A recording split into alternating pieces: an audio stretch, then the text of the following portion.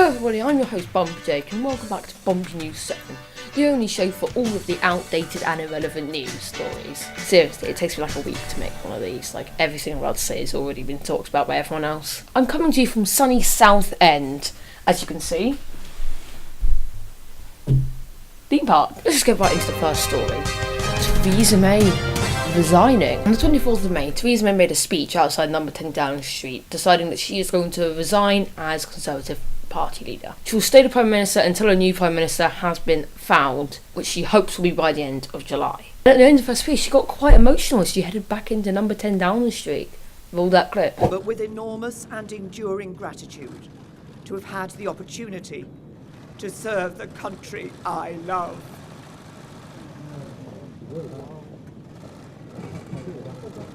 Some of the candidates currently running for Prime Minister are Jeremy Hunt, Boris Johnson and Esther McVey. Our next story, James Charles drama. Now you've probably already heard about this because most of this is actually quite outdated, but as always, we cover all the outdated topics here on Bumpy News. Basically, James Charles' friend Tati Westbrook has her own line of vitamins, and she felt that James betrayed her when James advertises some rival vitamins to her on his Instagram.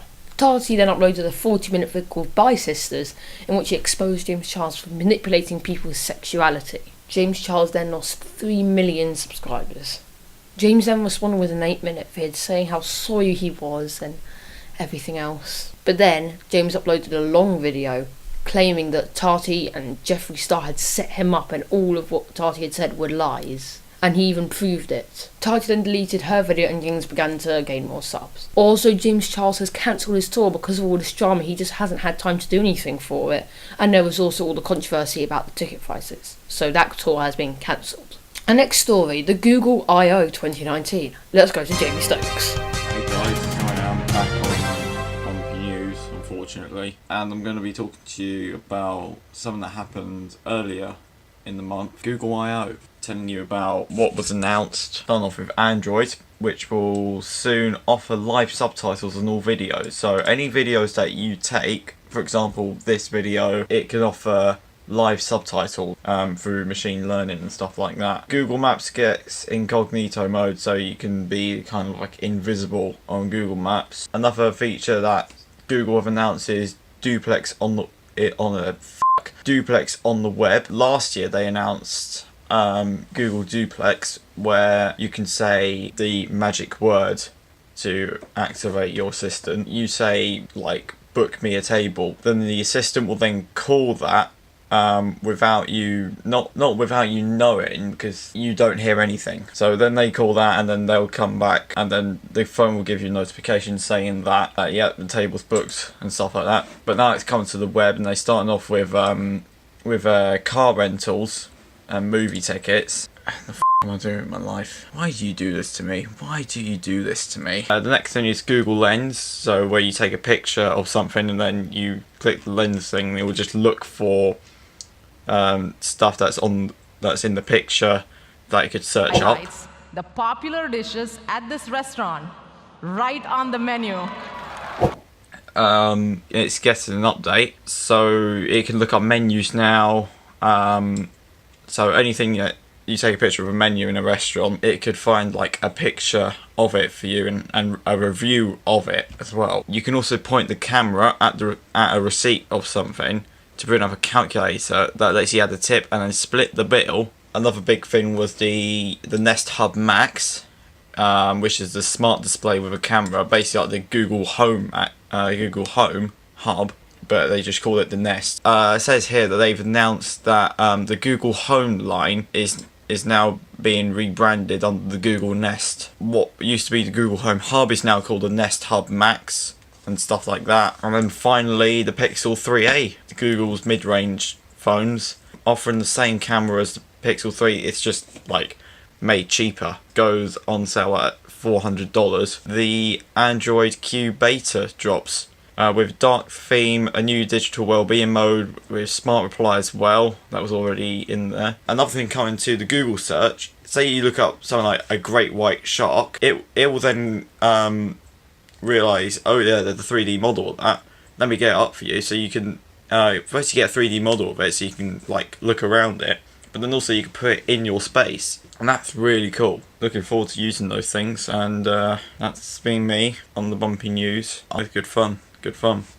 Thank you, Stonky Wokey. Our next story, YouTube going to be abbreviating sub counts on all of their platforms. Starting August 2019, all YouTube platforms will be showing abbreviated sub counts. What this means is you will not be able to see the exact sub count on that channel's sub count, only an abbreviated version of it. Creators will still be able to see their own sub count in the Creator Studio, and channels under 1,000 subscribers will say the same. So we're all good, boys. Some examples of this: if you have 4,227 subscribers, your sub count will be abbreviated to 4.2k. If you have 130,117, your channel will be abbreviated to 133k. And if you have 51,832,126 subscribers, your sub count will be shorted to 51 million.